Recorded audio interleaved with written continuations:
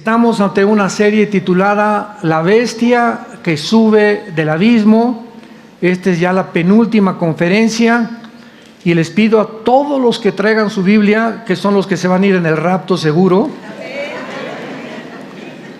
que la abran en el capítulo 17 del libro del Apocalipsis. Todas estas conferencias, las personas que no traen su Biblia, es imposible que puedan comprender, seguir, si no están checando, si no están tomando notas, porque tenemos que ser discípulos de Cristo, no solamente creyentes. En Juan 8, 31 y 32, Jesús les dijo a los que ya habían creído en Él, a los que ya habían creído en Él: si ustedes me siguen, serán mis discípulos y conocerán la verdad, y la verdad les hará libres. Entonces, no todos los cristianos son discípulos, son cristianos, pero discípulo es el que sigue a Jesús. Es la palabra matetus en el griego, que significa el que sigue a un maestro. Entonces, si solamente el domingo tú sigues a Jesús oyendo las conferencias, y lunes, martes y miércoles no traes tu Biblia, no tienes apuntado ahí palabras en el original, en griego, libretas con estudios, no eres un discípulo y siempre vas a vivir bajo una cárcel de ignorancia porque no has conocido la verdad. No basta tener la salvación, necesitamos conocer la verdad de todo. La verdad es lo que es el matrimonio, cómo se trata a los hijos, la verdad es la política, la verdad de todo. Y eso solamente el Espíritu Santo nos los puede dar y se los da a los que son discípulos. Y ya nos vamos, el mundo ya llegó a un punto donde adiós Toluca, adiós mundo cruel, ya nunca te veré, como dice la canción. Aquí en el capítulo 17 del Apocalipsis, donde se describe un sistema religioso que va a absorber a todas las religiones, como actualmente ya estamos viendo su desarrollo, su desenvolvimiento, precisamente en la zona de Babilonia.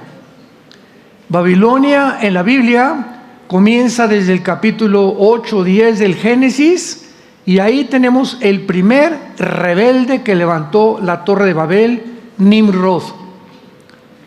Y hemos visto ya que desde Babilonia hasta nuestros días siempre ha sido el proyecto satánico, porque detrás de los gobernantes, detrás de los líderes, a través de toda la historia de los imperios, detrás de Aníbal, de Alejandro el Magno, de Napoleón Bonaparte, de Saddam Hussein, de Calígula, de Gengis Khan, de José Stalin, de Lenin, el líder que tú me quieras mencionar, siempre hay influencias detrás de estos líderes que han llevado a la humanidad a un caos, a un derramamiento de sangre, a crueldad insospechada, inusitada, porque es como la Biblia nos muestra que opera el mundo. Y cuando nosotros vivimos un mundo donde no sabemos qué está pasando, ¿quién será el culpable como ahorita en Israel? Algo nos están diciendo, Estados Unidos porque quiere la guerra, Irán porque quiere impedir que se una con Arabia Saudita, o tal vez porque quieren desviar la atención de Ucrania para que China invada Taiwán y para que Corea del Norte bombardee Corea del Sur. O sea, hay muchas especulaciones detrás de lo que pasa en el mundo. Pero cuando venimos a la Biblia, Dios le ha placido que nosotros no estemos en tinieblas. Eso es lo más maravilloso. No somos hijos de las tinieblas, somos hijos de la luz. Y Dios quiere que tú abras los ojos y que comprendas que lo que está pasando en el mundo tiene una razón de ser. Hay una ley física que dice todo efecto tiene una causa. No hay absolutamente nada que esté pasando en el mundo que digas es coincidencia o fue accidental. No, no y no.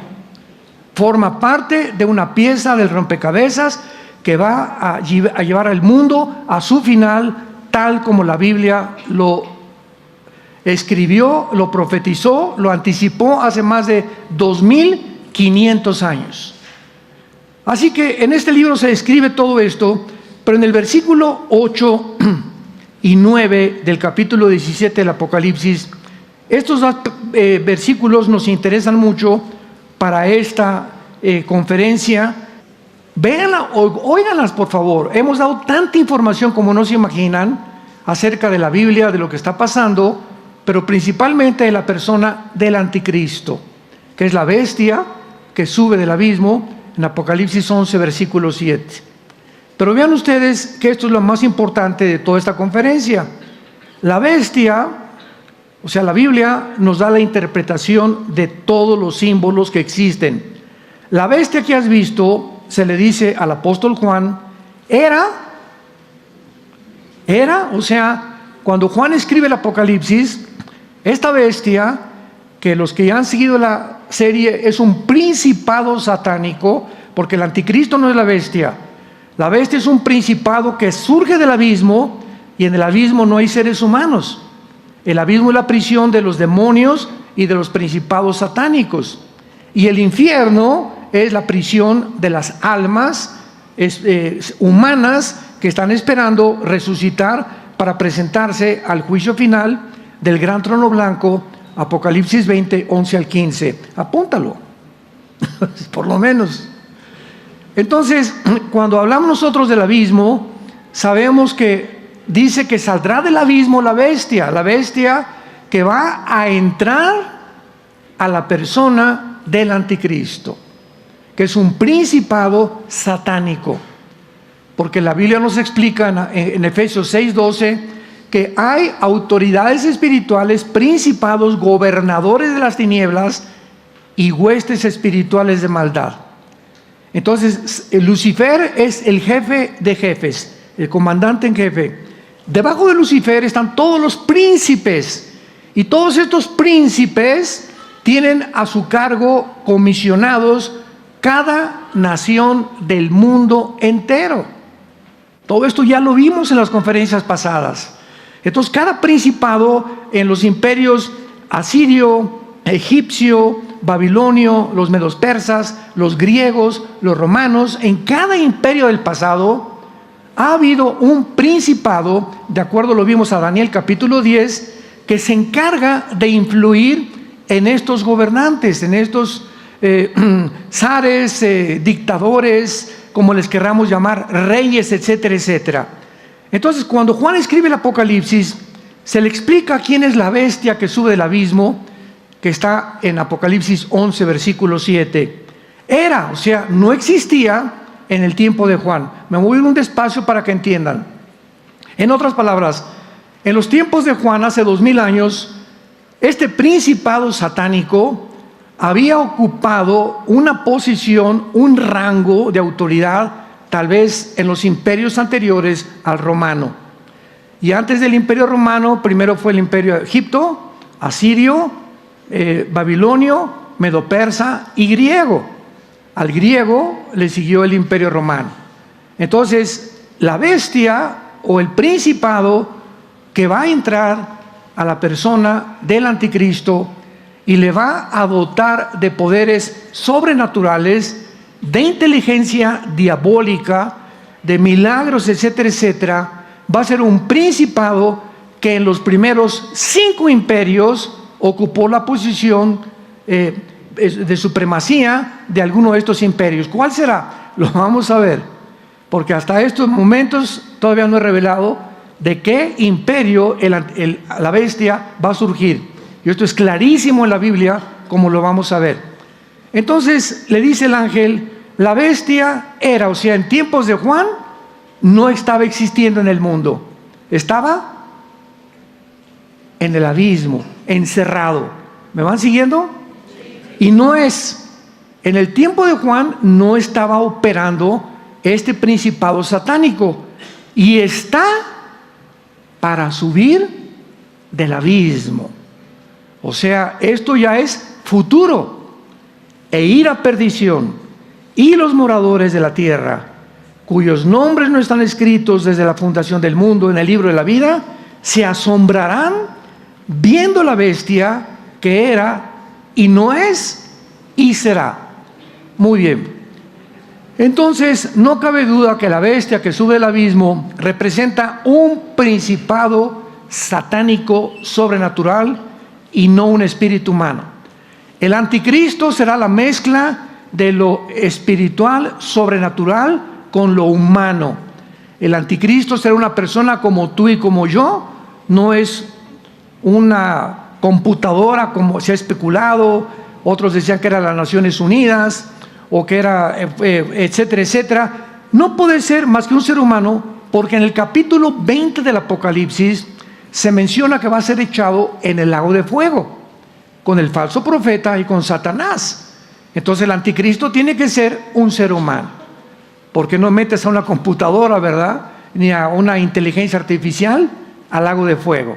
Entonces todo esto comienza a desenmarañarnos todas las especulaciones que hemos oído con la inteligencia artificial, que va a ser un robot, etcétera, etcétera, puras barbaridades, porque la imaginación del ser humano pues es muy grande. Como dijo Jesucristo, remontémonos a la palabra de Dios. Entonces el anticristo va a ser una mezcla de un principado satánico, y el anticristo va a nacer como todos nosotros y tal vez a los 30 años de edad, porque va a imitar todo lo que hizo Cristo, y el falso profeta todo lo que hizo el Espíritu Santo. Es la Trinidad diabólica: Satanás, el anticristo y el falso profeta. La Trinidad diabólica. Él todo lo imita, todo lo pervierte, todo lo echa a perder.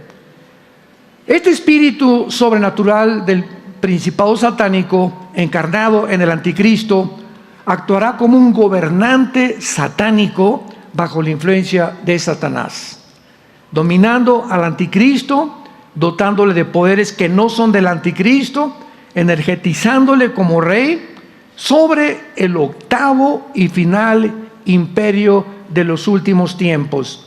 Aquí voy a tener otra vez que explicar esto. En Apocalipsis 17, versículo 9, el Espíritu Santo continúa explicando el misterio de las 7 cabezas de la bestia y de los 10 cuernos. Y dice así: esto para la mente que tenga sabiduría. Las 7 cabezas son 7 montes sobre los cuales se sienta la mujer, y son 7 reyes. Pongan atención: egipcio, asirio, imperios, babilonio, medo-persa, griego y romano. Asiria, o Egipto, Asiria, Medo-Persia, Babilonia, Medo-Persas y el 6º romano. El 6º imperio en toda la Biblia fue el imperio romano. Estas 7 cabezas son 7 montes sobre los cuales se sienta la mujer, y son 7 reyes. Sigan con mucha atención esto. 5 de ellos han caído.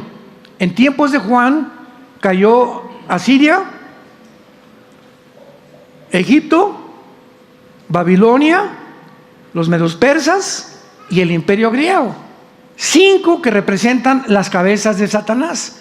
Estos 5 imperios, estas 5 cabezas ya cayeron, y son 7 reyes. 5 de ellos han caído y el otro no ha venido. El que sigue, ¿verdad? El que sigue es el 7º gobierno, que está a punto de conformarse política, económica y militarmente en el mundo, que se llama el gobierno del anticristo, que estará formado por los 10 cuernos. Por los 10 cuernos. La bestia tenía 7 cabezas, 7 imperios, y los 10 cuernos aparecen hasta que el anticristo aparezca. Esto lo explica Daniel 2, Daniel 7, Daniel 8, Daniel 11 y Daniel capítulo 12. Todo esto ya lo vimos detalladamente. Entonces, estos 10 cuernos representan también en Daniel 2 los dedos de la estatua del rey Nabucodonosor, del sueño que tuvo, porque representan todos los gobiernos mundiales que habría desde hace 2600 años hasta Jesucristo. Qué maravillosa es la Biblia. Desde que salió el comunismo y el socialismo y Rusia y China, ninguna de estas naciones va a gobernar el mundo, de acuerdo a la Biblia.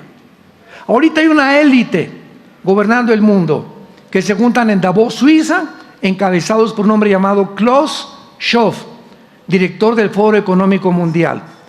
Y cada año se reúnen ellos con estadistas, con politólogos, con filósofos, con expresidentes, de todo tipo de personas.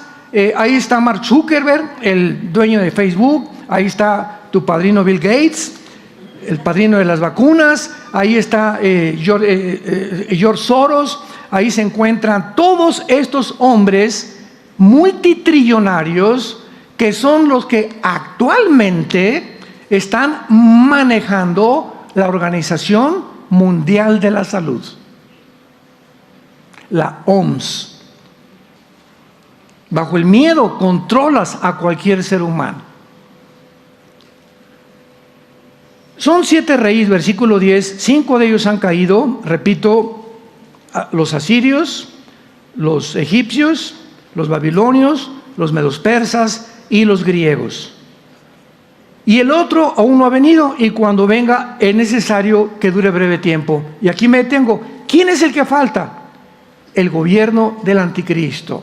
Va a ser el penúltimo imperio. ¿Qué va a suceder para que surja el anticristo?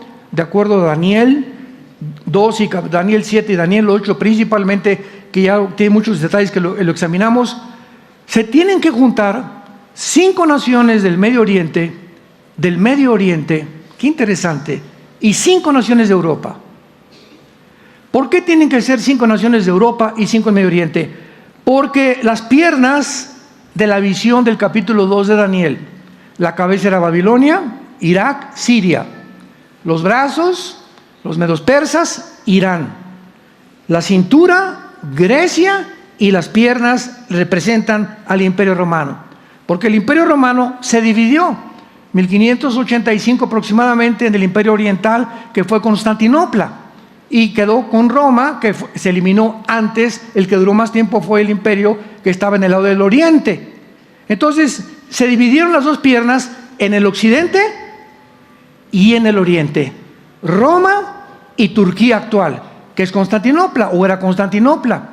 Entonces, de acuerdo, hay 5 dedos de un lado y 5 dedos de otro lado, Occidente y el Oriente. Se tienen que juntar 5 naciones de Europa, que ya sabemos cuáles son, y 5 del Medio Oriente, que ya sabemos cuáles son. Y es interesante que desde la guerra de Ucrania, Europa comenzó a llegarle el agua hasta el cuello. Rusia le estaba cerrando el gas, porque Europa depende el 65% del gas de Rusia a través del gasoducto Nord Stream.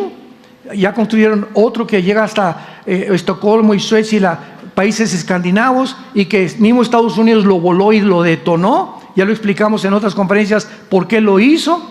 Pero ahora se encuentra Europa sumergida en el caos económico, porque el grano que venía de Ucrania y el gas que venía de Rusia y Estados Unidos, pues ya lo ven como un tigre de papel. ¿Y qué está haciendo Europa, verdad? Buscando ayuda con Alemania. Alemania es la única nación junto a Francia que están sobreviviendo Europa. Están sobreviviendo porque el Fondo Económico Mundial no tiene dinero ya para sacar ni a España, ni a Portugal, ni a Italia, ni a Grecia del caos económico y de la migración espantosa que está sufriendo Europa de musulmanes. ¿Qué quiero decirles? En 5 años Europa es un continente musulmán, porque los europeos ya no quieren tener hijos. Europa es un país viejo. Los europeos ya son personas más de la tercera edad, están de la 4ª edad. Y los jóvenes no quieren tener hijos ya. Y los musulmanes, por cada europeo que nace, nacen 7 musulmanes. O sea, la propagación del mundo islámico es aterrador en Europa. En Inglaterra, la presidenta municipal de Londres es musulmana. Hay ahora más musulmanes en Francia y en Alemania, principalmente en las 2 naciones que sobreviven, hay más musulmanes, donde ya no hay ninguna iglesia católica en Europa. Y las que hay por cada iglesia católica se están convirtiendo en mezquitas. Hay más mezquitas ahorita en 2023, hay más mezquitas musulmanas en Europa que iglesias cristianas o que iglesias católicas. Para que tengamos una idea de cómo está el mundo. Y Europa tenía que llegar a este punto para que de estas circunstancias, auxilio. ¿A quién le van a pedir auxilio? Al Medio Oriente. Porque ayúdenos, porque en Medio Oriente está el petróleo. Irak, Arabia Saudita e Irán tienen el 65% de las reservas petroleras del mundo. 3 naciones en el Medio Oriente, ya se les comienza a ustedes a aclarar el panorama, contienen el 65% de las reservas petroleras del mundo. ¿Y qué hace el mundo? ¿Qué hace Estados Unidos? ¿Qué hace Rusia? ¿Qué hace China? Cuando ven la burbuja o la manzana de la discordia en el Medio Oriente, todo mundo quiere algo del pastel. Quiere Medio Oriente, quiere Rusia estar en el Medio Oriente controlándolo. Putin quiere controlar el Medio Oriente. China quiere controlar el Medio Oriente. Estados Unidos brincó a Ucrania para poder brincar a Rusia, que ya no ha podido ni va a poder, para poder de ahí brincar al Medio Oriente. Porque ya Estados Unidos, con la única nación democrática que existe, que es Israel, y con este problema ahorita, no va a poder jamás Estados Unidos, por eso no aparecen las profecías bíblicas, controlar el Medio Oriente. Y quedan solamente Rusia y China para poder ver quién reparte el pastel.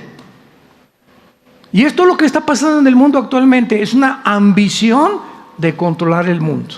El que controle el Medio Oriente, controla el mundo.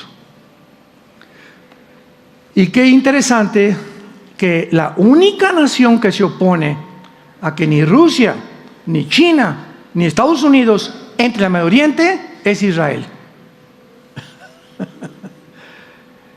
Es la única nación que está impidiendo que la agencia global y los globalistas controlen el Medio Oriente. Mientras Israel esté ahí, ninguna nación controlará el Medio Oriente. No lo van a permitir. Y como dijo Netanyahu, si somos amenazados a un grado tal en la que realmente nos manden una bomba nuclear a Israel, cosa que no va a pasar bíblicamente, porque cuando venga Cristo va a poner sus pies en el Monte de los Olivos. Eso nos garantiza que es indestructible. Nadie de aquí a que venga Cristo, nadie le podrá hacer daño a Israel. Ya, ¿por qué Dios cogió a Israel? Es otra conferencia, que ya también la tuvimos.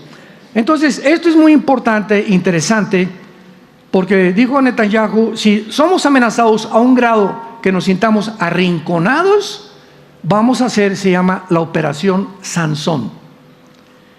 ¿Por qué recurrió a Sansón en el libro de los Jueces? ¿Se acuerdan de Sansón? Sí. Le decían el Rambo del Antiguo Testamento. Pero Sansón no estaba fuerte por pesas, ni porque tenía así Arnold Schwarzenegger, un cuerpo de atlético, ¿verdad? Simplemente pues era una persona flaquita como tú y como yo, pero venía el Espíritu Santo para que la fuerza no fuera de él, y él era el Espíritu Santo el que le dotaba de fuerzas sobrenaturales. Entonces Sansón no cumplió con matar a los filisteos, se metió con una mujer Dalila. ¿Ya sabes lo que significa Dalila? La que debilita a los hombres. Ándale. Como dice, le escribió Salomón, ¿verdad? Una mujer puede debilitar. Debilitó a David, debilitó a Sansón y debilitó a Salomón. Una mujer fue suficiente para acabar con los 3 más grandes hombres del Antiguo Testamento. La que debilita. Una mujer que no es tuya, que Dios no te ha traído, es capaz de hundirte y que toques fondo. Cuidado, varones. Entonces Sansón lo agarran los filisteos, viene Dalila, venga aquí mi nene, aquí chencheche, aquí chencheche, a ver, le voy a hacer caricitas en su pelito, etcétera, etcétera. Sí, mi amor. Y mientras dormía el menso de Sansón, los filisteos estaban puestos de acuerdo y sabían que en su pelo estaba el símbolo de su fuerza. Y agarró a Dalila y mamá que le corta todas las trenzas. Y cuando abrió Sansón y vio a los filisteos y quiso luchar con ellos, se dio cuenta que ya no podía. Y dice la Biblia, no sabía que el Espíritu Santo lo había abandonado.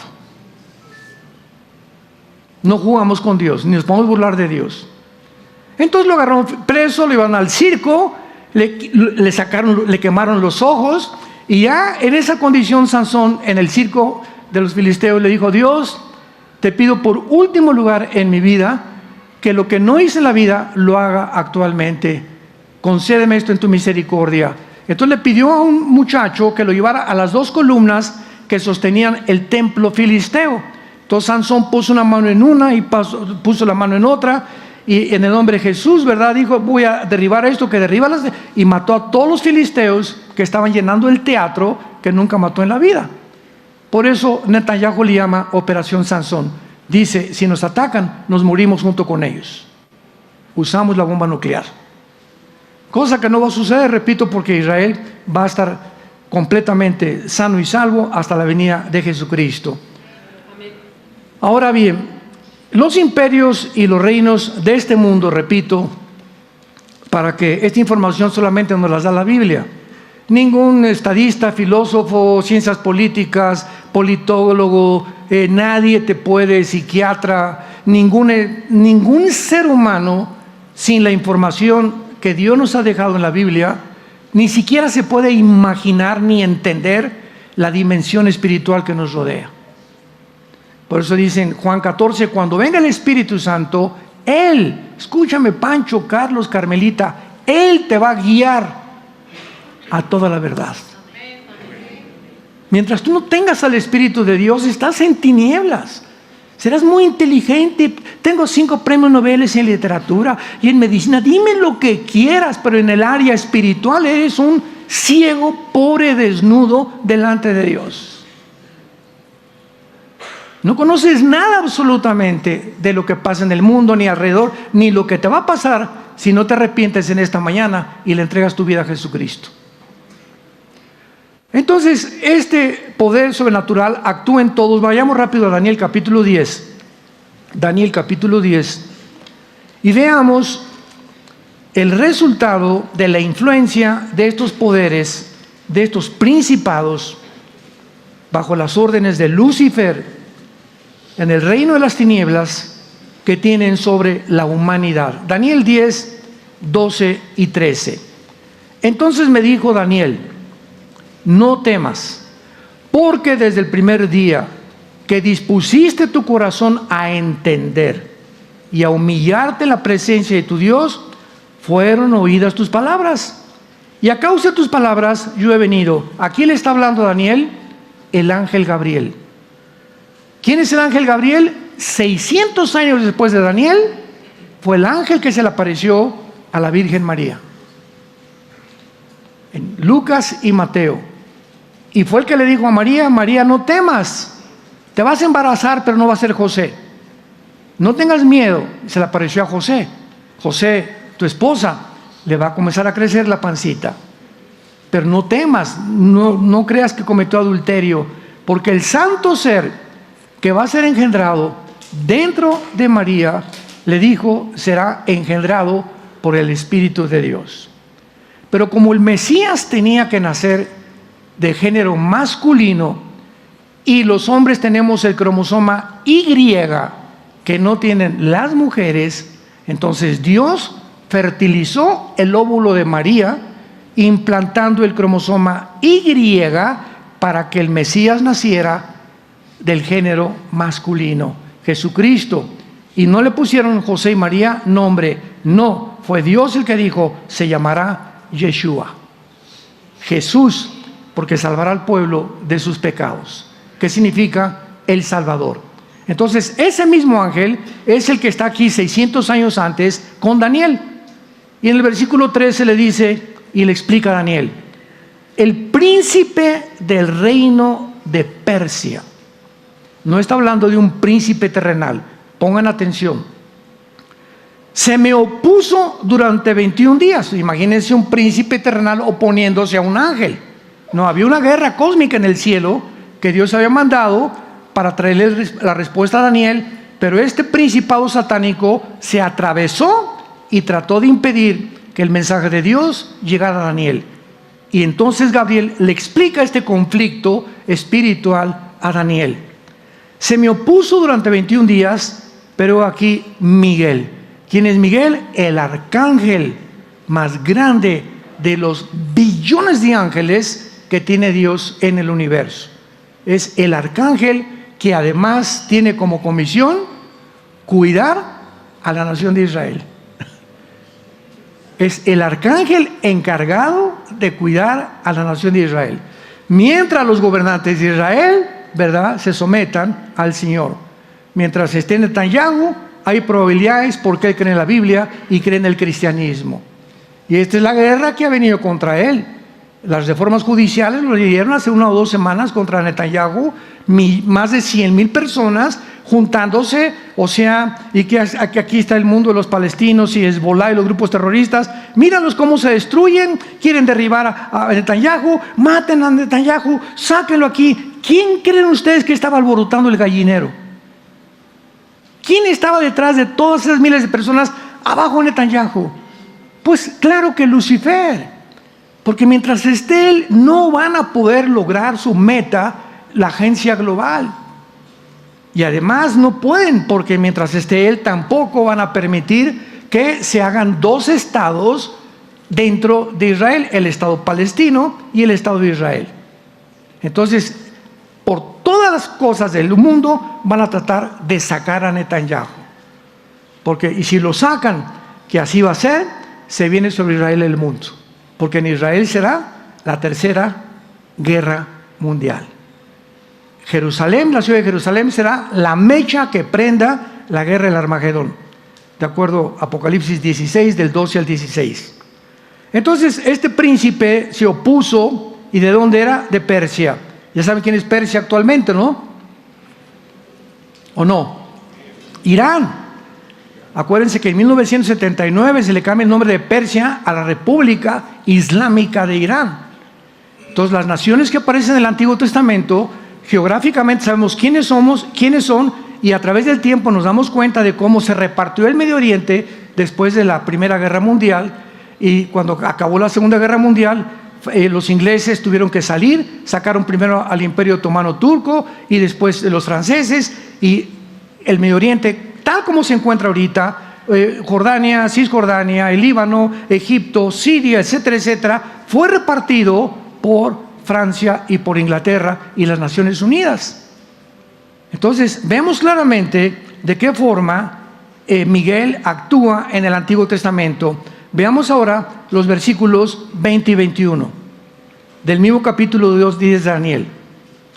Me dijo, ¿sabes por qué he venido? O sea, el ángel está diciendo a Daniel, y le dice el ángel Gabriel, pues ahora tengo que volver para pelear contra el príncipe de Persia. Primero se le opuso, ¿verdad?, el príncipe de Reina, el príncipe persa, que era Irán, y al terminar con él, el príncipe de Grecia vendrá. Daniel ahorita, medo-persa, o sea, lo que es Irán actualmente, tiene una potestad espiritual, un principado, pero está profetizado que ningún imperio dura muchos años. Cuando termine el imperio medo-persa, y esto lo comprueba y lo corrobora la historia secular, viene el imperio griego, tal como sucedió en la historia. Señores historiadores que nos visitan, la Biblia es la historia escrita por Dios en adelantado, demostrando que solamente la inspiración puede ser de Dios. Dios escribe toda la historia desde el Adán hasta el Apocalipsis, tal como va a suceder. Dichosos los que escudriñan las Escrituras.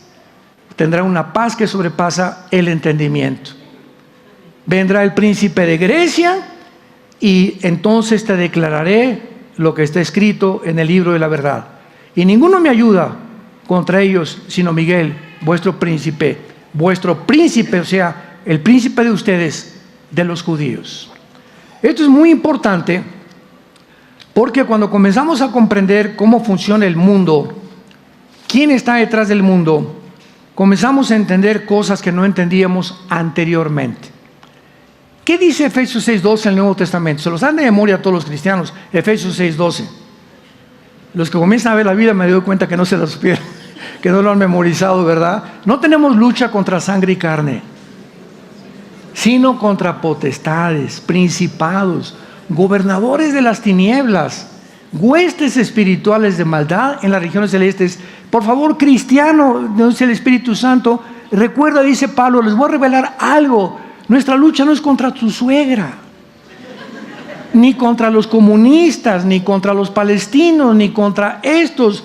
Todo lo que pasa acá, no confundas. Aquí abajo no son los enemigos, son los que se encuentran detrás de esas personas. No es tu suegra la que te quiere matar. No es el comunismo la ideología que quiere acabar con el mundo. ¿Quién está detrás de esas ideologías? Detrás de personas, detrás de movimientos, detrás de sociedades secretas. ¿Quiénes se encuentran de ellos? Huestes espirituales, entidades espirituales que manejan a esas personas para hacernos daño o para hacerte a ti daño personalmente. No es tu vecino que a las 12 de la noche tengas una reunión de oración y ahí está la música, pero a todo lo que da, ¿verdad? Y llegas tú, ¡ay, te voy a dar balazos! No, en ese momento ya sabes que no es la lucha contra él. Mi amor, vamos a orar, vamos a meternos al cuarto. Padre, en nombre de Cristo Jesús, reprendemos todos los demonios que están causando a don Pancho, mi vecino, para quitarnos la paz. Saben que estamos orando en el nombre de Jesús y se van. Y se acaba la música. Cuando comienzas a operar y crees, ¿de veras crees la Biblia? ¿Y por qué no actúas de esta manera? ¿Por qué vas y le golpeas la puerta? ¿O por qué te quieres vengar de las personas? Tus enemigos, ora por ellos. Y cuando tú oras por ellos, ascuas de fuego amontonas. Cuando Dios ve que tú perdonas a alguien que te ha hecho daño y le dices, Señor, yo quiero vivir libre, porque mientras no perdones, ahí traes a Juanito, que a lo mejor te violó cuando eras niña, y a donde quiera que vas, ahí viene Juanito, hace 15 años traes a Juanito por acá en tu corazón, y feo, y él me hizo daño, etcétera, etcétera, y te ha amargado la vida, te ha impedido proyectarte, tu pasado te impide tu presente, y tu presente te impide proyectarte hacia el futuro. ¿Por qué? Por el rencor. Una persona rencorosa es una persona envenenada. Hebreos capítulo 12, versículos 12 y 13. Cuidado de la amargura, porque dejas de alcanzar la gracia de Dios, pero tú perdonas y en ese momento Dios actúa, porque sin fe, cuando Dios ve que hace lo que Él te dice y que crees que el mundo espiritual se gana a través de la oración, entonces Dios le permite actuar a tu favor.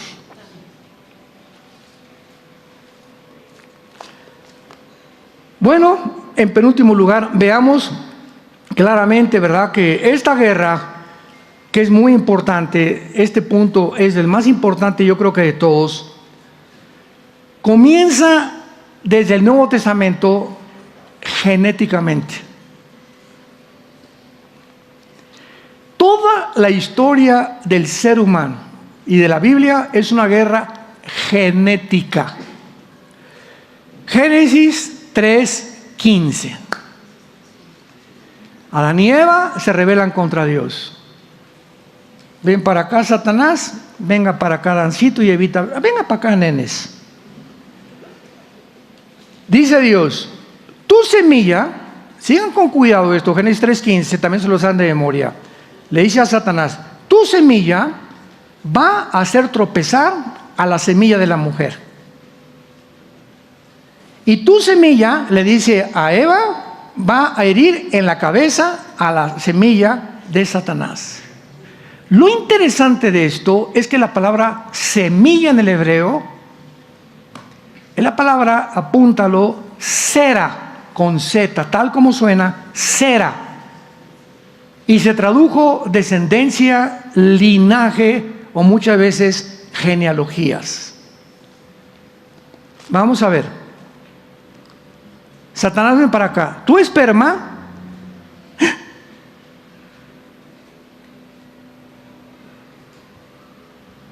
¿Satanás tiene esperma? No te pelees conmigo, ¿eh? Aquí está la palabra. Tu esperma va a hacer tropezar, o sea, Satanás, vas a tener una descendencia. ¿Satanás va a tener una descendencia? ¿Un linaje que va a salir de él? vas a tropezar la semilla de la mujer. Otra incógnita. ¿La mujer no tiene semilla? La semilla la tenemos nosotros. La mujer es la receptora del esperma masculino. Mi papá manda su esperma, fertiliza el óvulo de mi mamá, el esperma de mi papá trae 23 cromosomas con toda la herencia genética que viene de mi papá, de los bisabuelos, tatarabuelos de mi papá desde Adán, y de mi mamá viene toda la descendencia de mi mamacita, de todos sus tatarabuelos, y toda esa descendencia de los dos se junta en una cigote de 46 cromosomas, y en el momento de la fertilización, ahí, Salmo 139, Dios dice que comienza la vida.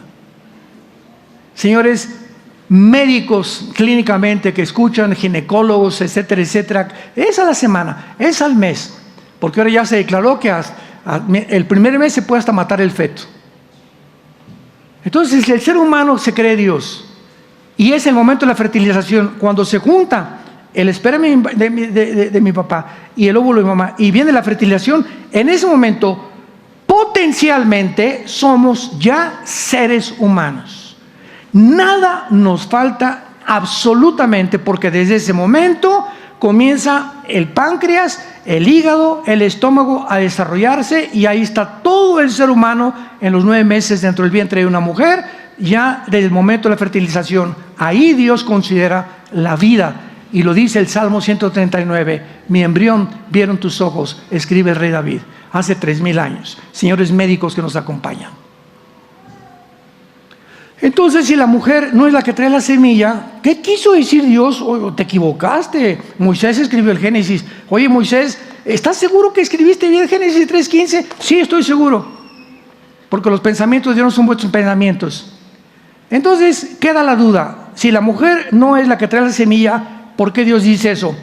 Pasan aproximadamente 2000 años o 3000 años, y viene otra revelación a Isaías. Dejan en expectativa a Dios al mundo, porque ni siquiera se preguntaban por qué no conocían la genética. Y a Isaías le dice el Espíritu Santo, una virgen concebirá. Todavía se hace más difícil la revelación. ¿Cómo que una virgen? Primero, que tiene la mujer la semilla, y ahora que una virgen, espérame tantito, si es virgen, ¿cómo puede parir? Entonces ya no es virgen, pero la Biblia dice, una virgen es la que va a parir al Mesías. Y cuando ya viene 4000 años después el ángel Gabriel y le dice a María, tu semilla no la pone José ni nadie. O sea, se profetizó desde Génesis 3:15 que el nacimiento del Mesías sería milagroso. Entraría al mundo sobrenaturalmente, no como tú y yo venimos al mundo por la semilla de papá y la semilla y el óvulo de mamá. El Mesías tenía que nacer y entrar al mundo de manera sobrenatural. Esto es maravilloso, porque hasta 1954 se descubre el ADN, hasta el siglo pasado, y hasta entonces entendemos por qué José, Virgen del Socorro, no tuvo relaciones con María. ¿Qué acaso es el pecado del sexo? No, no es que haya sido pecado el sexo, es que a través de los genes traemos hereditariamente el pecado. Romanos 5:2, el pecado entró al mundo por un hombre y vino la muerte, por cuanto la muerte pasó. O sea, Pablo hace 2000 años está diciendo que algo se transmitía a través de toda la humanidad, sin saber de microscopios, ni de genética, ni de biología, ni de nada, que algo se transmitía de generación en generación. Y así como heredamos el lunar de mi mamá, que está por acá, los ojos azules de mi papá, el carácter de mi abuela, etcétera, etcétera, heredamos características físicas desde hace quién sabe cuántos años. También heredamos características mentales y del alma. Es tan berrinchudo como su abuela. Y mira nomás los dientes que tiene dinosaurio, igual que su tío. Y así como la ciencia demuestra que somos el producto de herencias, La Biblia es el único libro, damas y caballeros, que nos revela que también heredamos una enfermedad espiritual. William Shakespeare le llamó el defecto trágico. Sigmund Freud, el problema está en la mente. Carlos Marx, no, es lucha de clases. Si el proletariado derriba a la burguesía, las sociedades van a vivir más equitativamente y de una forma va a haber más paz. Y siempre el ser humano ha buscado, ¿qué es el problema del ser humano? ¿Cómo es posible que estos palestinos hayan agarrado a niños y los hayan masacrado? Ya saben que los tienen en jaulas, a niños de 3, 4 años, como si fueran animales. Entraban a las camionetas y les abrieron el vientre a las mujeres, sacándoles el bebé y tomando videos de ellos que ya hasta lo están censurando. ¿Por qué tanta crueldad? ¿Por qué los nazis hicieron eso con los campos de concentración?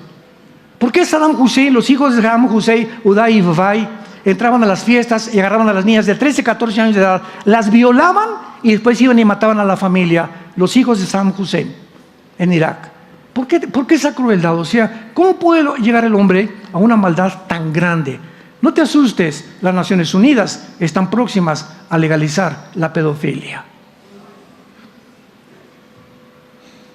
El ser humano no es tan bueno como nos imaginábamos que éramos, ¿verdad? Y ante todas estas cosas que están sucediendo, echa abajo de que el hombre es más bueno que malo y que el hombre, ¿verdad? La maldad no existe. Y cuando abordamos la experiencia que nos rodea, nos damos cuenta, el ser humano tiene un problema gravísimo que se llama pecado. Y el único antídoto y la única medicina, de acuerdo a la Biblia, para la condición en la que tú naciste y en la que yo nací, es la sangre de Jesucristo. Qué interesante que la sangre signifique la vida y que ahora los médicos descubran que la salud de un cuerpo y la vida de un cuerpo se encuentra en la sangre, porque este líquido que circula desde la punta de los pies hasta la punta de mi cabeza, mientras yo como, bebo, transmite todas las vitaminas, minerales, todo esta es la sangre. Vas y te haces un examen de sangre y a todas las enfermedades se pueden revelar en una biometría hemática en cualquier laboratorio. Qué interesante. Y cuando decimos la sangre de Cristo, estamos hablando de la vida de Cristo. Y la vida de Cristo es Cristo mismo quien quiere entrar a tu vida. Quiere entrar a tu vida. Quiere salvarte, quiere regenerarte, quiere darte un camino de nuevo, quiere despejarte las telarañas con las que nacimos y la maldad que está arraigada en lo más profundo de nuestro corazón. ¿No quisieras tú en esta tarde invitar a Jesús a tu vida? Inclinemos la cabeza. Señor, nuestro Padre y nuestro Dios, tu misericordia y tu paz sea con nosotros en esta mañana. Bendito sea el Dios y Padre de Jesucristo nuestro Señor, que nos ha hecho renacer para una esperanza viva por medio de la resurrección de Jesucristo de entre los muertos, para una herencia inmarcesible reservada para nosotros en los cielos, que somos guardados por el poder de Dios mediante la fe. Tal vez tengamos que pasar muchas pruebas donde nuestra fe mundo que nos dio a su Hijo unigénito, para que cualquiera que en Él crea no se pierda, mas tenga la vida eterna. Porque la paga del pecado es la muerte, mas el regalo de Dios es vida eterna en Cristo Jesús. En esta mañana abre tu corazón, ahí desde donde tú te encuentras. Ustedes, los que nos ven a través de los medios masivos, las redes sociales, de la televisión, estás a lo mejor en la cárcel viendo este programa, en una sala de un dentista, de un médico, en tu casa. Cierra tus ojos y dile: Señor mío y Dios mío, ten misericordia de mi pecador. Reconozco que mi vida te ha ofendido y he sido un soberbio intelectual y espiritualmente. La soberbia me ha coronado creyendo que en este mundo podía encontrar la respuesta al problema de pecado que tengo.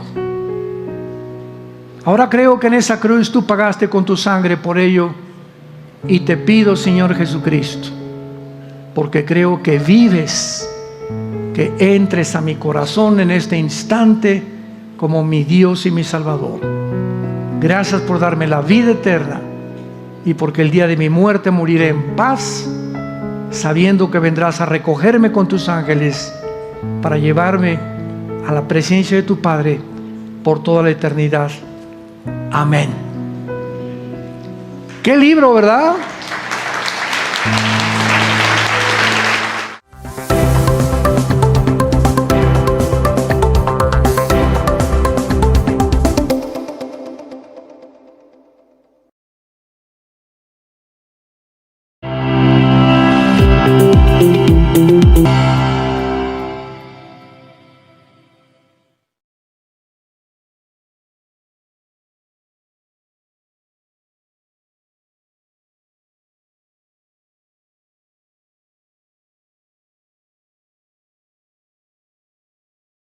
A todos los medios de comunicación, YouTube, live stream, internet, las redes sociales que están ahorita sintonizando esta conferencia, gracias por la tecnología del siglo XXI y por los avances en los que podemos a través de la ciencia transmitir a millones de personas en este momento esta conferencia. Todos ustedes los que traigan una Biblia en esta mañana, dice en el capítulo 1 del libro del Apocalipsis, la introducción a este maravilloso libro que vamos de una forma muy breve a desarrollar con los 4 jinetes del capítulo 6. Dice en Apocalipsis 1, versículo 3, dichoso y feliz o bienaventurado el que lee y los que oyen las palabras de esta profecía y guardan las cosas que en ella están escritas. ¿Por qué? Porque el tiempo está cerca. Para muchos de ustedes, más cerca de lo que se imaginan. Y mucho. 1945, en el proyecto Manhattan, el doctor Henry Fermi y Oppenheimer, alemán, desarrollan la primer bomba atómica bombardeando el uranio 235. Y se inicia la era nuclear. 1952 explota la primera bomba de hidrógeno. 1954 el primer satélite en el mundo lo lanza Rusia. 1969 llegamos a la Luna.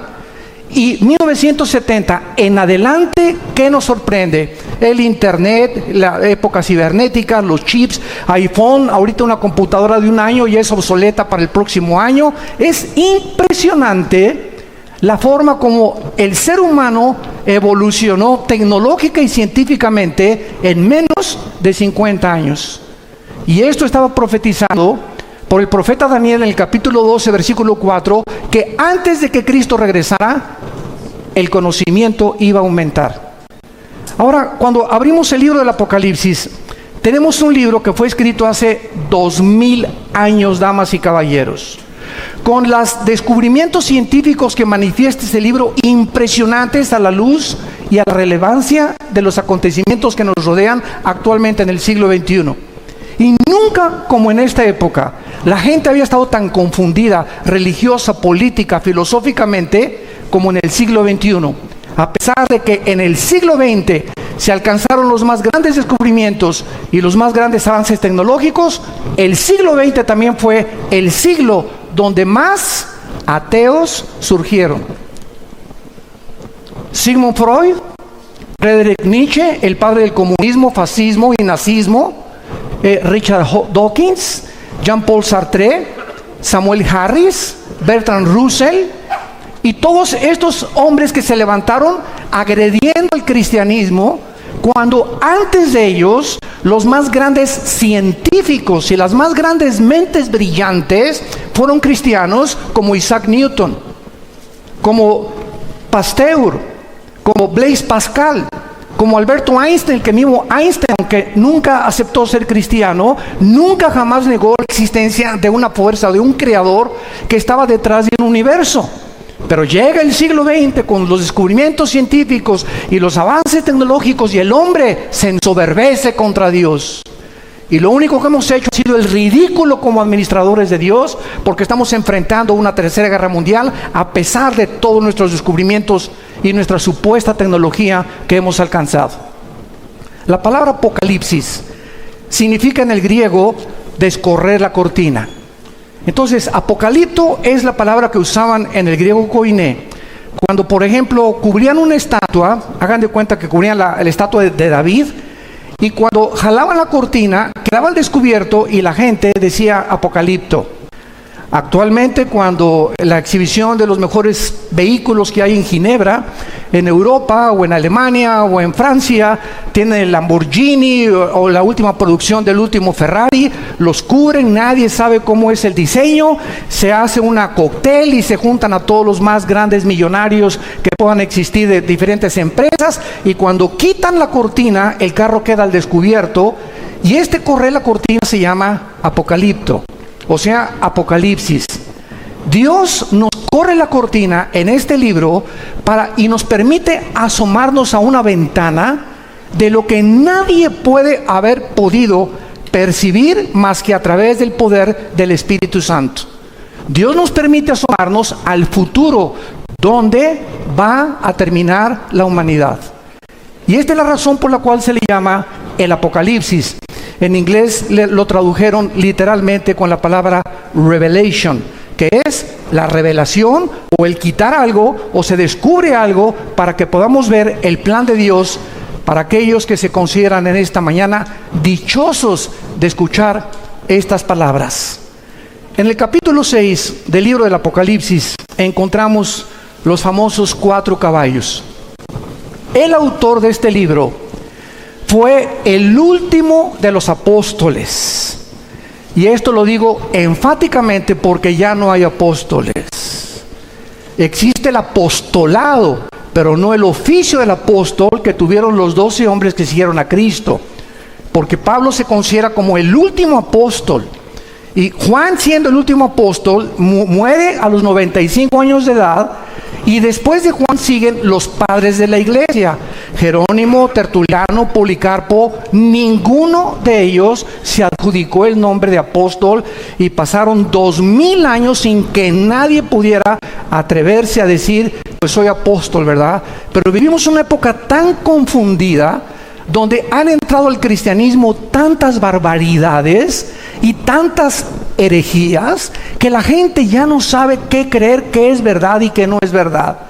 Y cuando llegamos a este punto de falta de discernimiento espiritual, es la campana más grande de alarma también de que realmente nos encontramos en la apostasía que se profetiza en la Biblia antes de que Cristo venga. La Biblia no profetiza ningún avivamiento antes de que Cristo venga.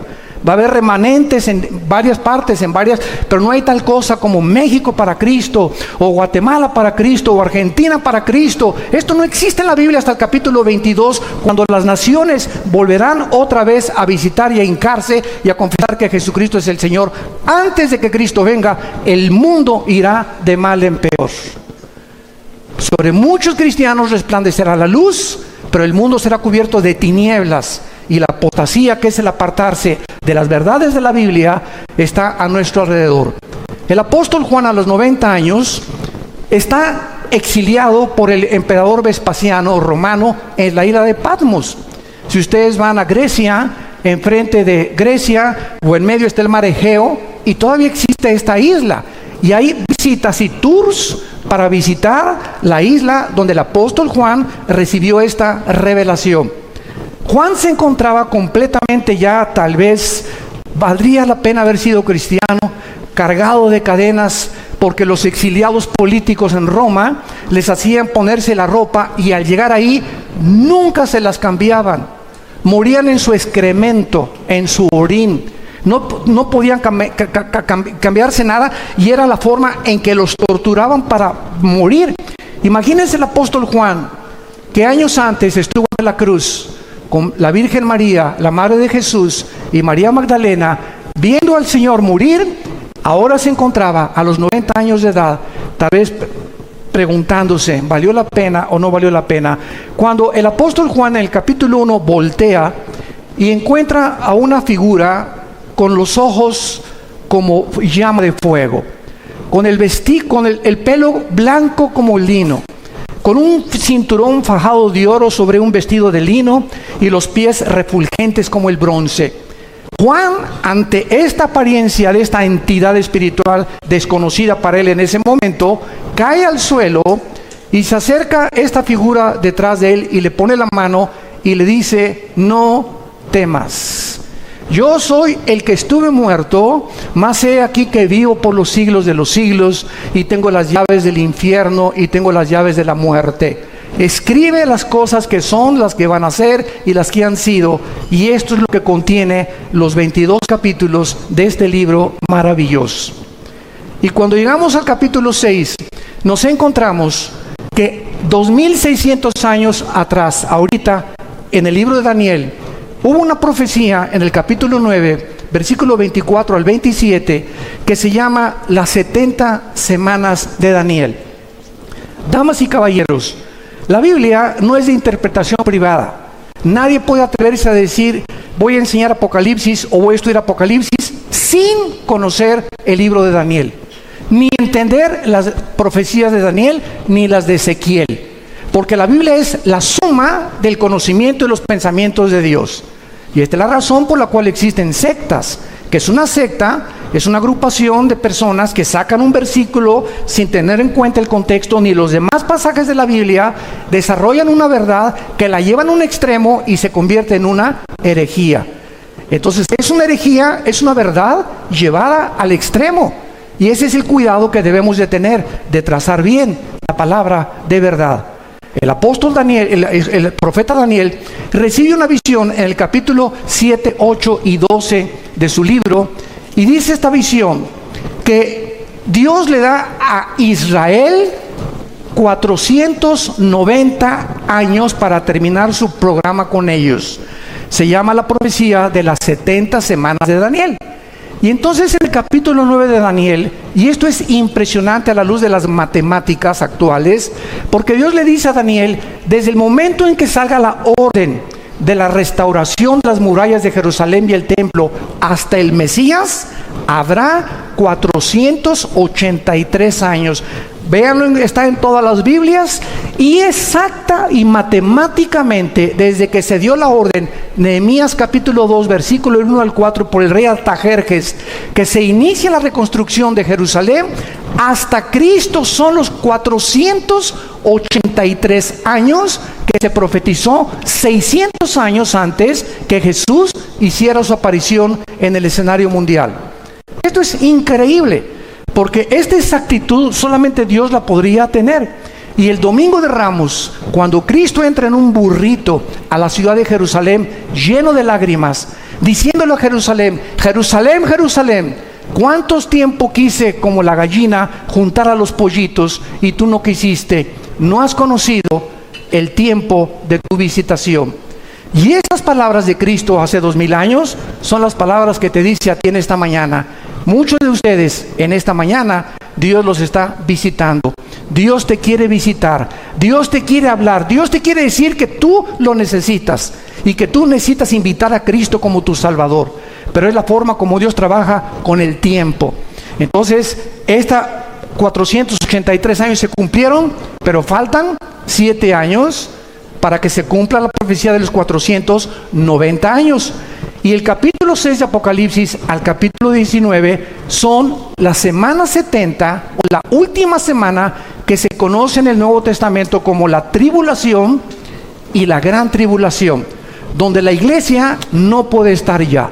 ¿Por qué? Porque el momento que nosotros salgamos de este mundo y millones de personas vamos a desaparecer, tal vez mañana, tal vez ahorita saliendo, el mes que entra, el año que entra, no sé cuándo, pero cuando la iglesia desaparezca, entonces se van a abrir las puertas de la maldad.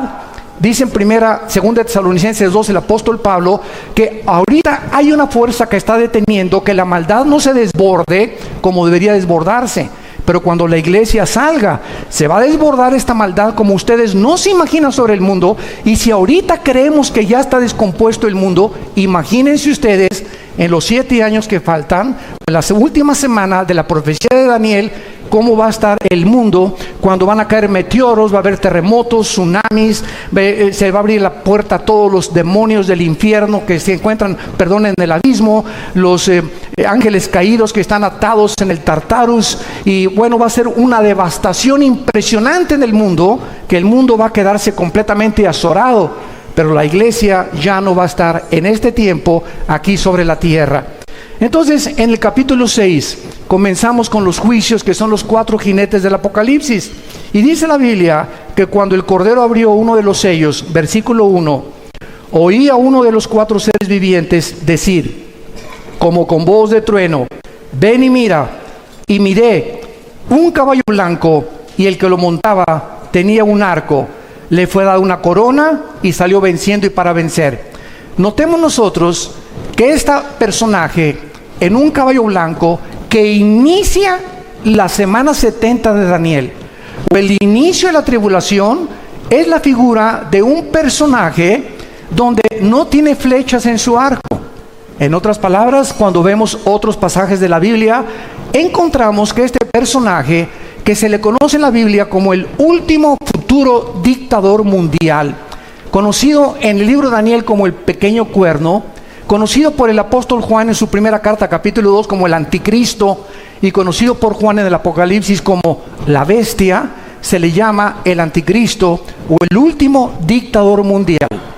Si nosotros vemos la historia y recordamos a Adolfo Hitler, Benito Mussolini, José Stalin, todos los grandes dictadores, ¿cómo entraron al poder? Bueno, en 1936-37, Alemania perdió la Primera Guerra Mundial. Se encontraba en un caos tremendo, el orgullo alemán estaba aplastado completamente, y surge una voz en 1937-38, cuando es elegido democráticamente Adolfo Hitler. Y Adolfo Hitler, como todo líder populista, promete hacer de Alemania la mejor nación de Europa y del mundo. Hitler saca a los comunistas de Alemania, Hitler levanta todas las fábricas de Alemania, Hitler crea el famoso Volkswagen, que significa el carro del pueblo, y el pueblo está feliz. Pero detrás de esta cortina, de este maquillaje, que casi siempre es detrás de casi todos los políticos, se encontraba una personalidad oscura de este hombre que hasta después de la Segunda Guerra Mundial, cuando el general MacArthur invade Normandía con los ingleses y sitian a Berlín, los rusos y las tropas de Stalin por el lado del este, y acaban también con los tanques de guerra de Italia de Mussolini, llegan a Berlín y se encuentran completamente sorprendidos de más de 6 millones de judíos, que este hombre, no teniendo ningún problema con ellos, su problema era con Inglaterra, con Estados Unidos y con Rusia, y Japón, Italia y Alemania se unieron en contra de estas naciones. De repente se vuelve contra un grupo étnico de judíos que no tenían pistola, no tenían rifles, no tenían ni siquiera una nación donde vivir. ¿Qué fue lo que hizo que Hitler tuviera este odio? En México le llamamos odio jarocho, en contra de esta nación que era completamente indefensa e insignificante. ¿Cómo es que se voltea completamente de los ingleses, los americanos y los rusos, y se vuelve para extinguir y erradicar completamente a este pueblo que en la Biblia Dios en su soberanía le concedió que a través de ellos viniera el Mesías, el Hijo de Dios? Una de las preguntas que casi siempre nos hacen en los seminarios teológicos es la siguiente: ¿qué acaso los judíos es un pueblo especial o son más consentidos que los árabes o con los palestinos? De ninguna manera. El hecho es que la ignorancia del plan de Dios hace que la gente se desvíe y comience a hablar cosas que no entiende.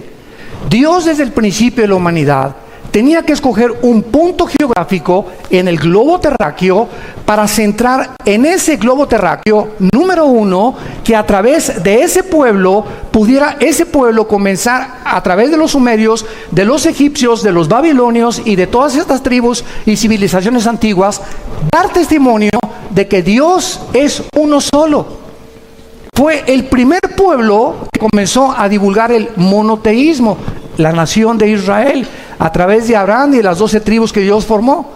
La segunda razón es para que a través de ellos tuviéramos nosotros la Biblia.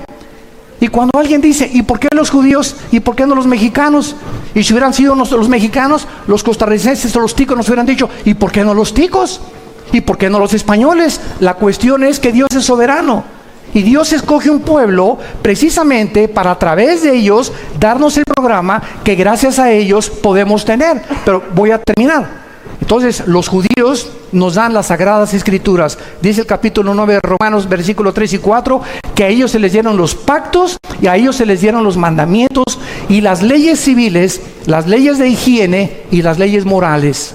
No existe un código moral más grande en ninguna religión que los 10 mandamientos. Y se les enseña qué es lo que Dios dice que es inmoral y qué es moral, amoral a los ojos de Dios. Dios no nos deja, damas y caballeros, a que nosotros elijamos qué es bueno y qué es malo. ¿Por qué? Porque estamos nacimos desconectados de la vid. Y cuando una rama nace desconectada de la vid de un árbol, ¿qué produce? Nada. Y estamos tratando de producir fruto sin tener contacto con Dios. Y nuestro fruto ha sido un fruto podrido en casi 6,000 años de historia. Viene Jesucristo a unirnos a la vid, a decirnos cómo podemos conectarnos con la fuente de energía, cómo podemos recuperar la dignidad que tenemos como seres humanos de haber sido creados a la imagen y semejanza de Dios. Y esa es la labor que Jesucristo viene a hacer del tercer cielo, a decirnos cómo podemos nosotros ir a Dios.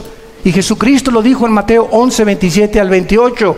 Nadie conoce al Padre sino al Hijo, y el Hijo a quien se lo quiera revelar. Que dice la Biblia que no hay nadie que conozca a Dios. Tú te puedes irte allá a Chapultepec a practicar budismo zen y flor de loto y yoga y dime lo que tú quieras. No hay forma, de acuerdo a la Biblia, de conocer a Dios si antes no conoces a su Hijo. Porque es su Hijo el que vino a revelarnos al Padre. Y antes de que tú conozcas a Dios y tengas contacto con Dios, tienes que tener contacto primero con su Hijo Jesucristo. Y cuando tú oyes las palabras de Jesucristo y comienzas a seguirlo, Él nos conecta, Él nos abre la puerta, Él nos revela al Padre, entra a tu vida y comienzas a tener iluminación y entendimiento acerca de por qué naciste, de dónde venimos, quiénes somos, hacia dónde nos dirigimos. La ciencia jamás nos podrá contestar estas 3 incógnitas que han permeado la filosofía desde hace 6,000 años. Porque para que la ciencia nos diga de dónde venimos, tiene que ser repetitivo. Si no es repetitivo, no es científico. Nadie nos puede decir quiénes somos. El pobre doctor Sigmund Freud lo intentó hace casi un siglo.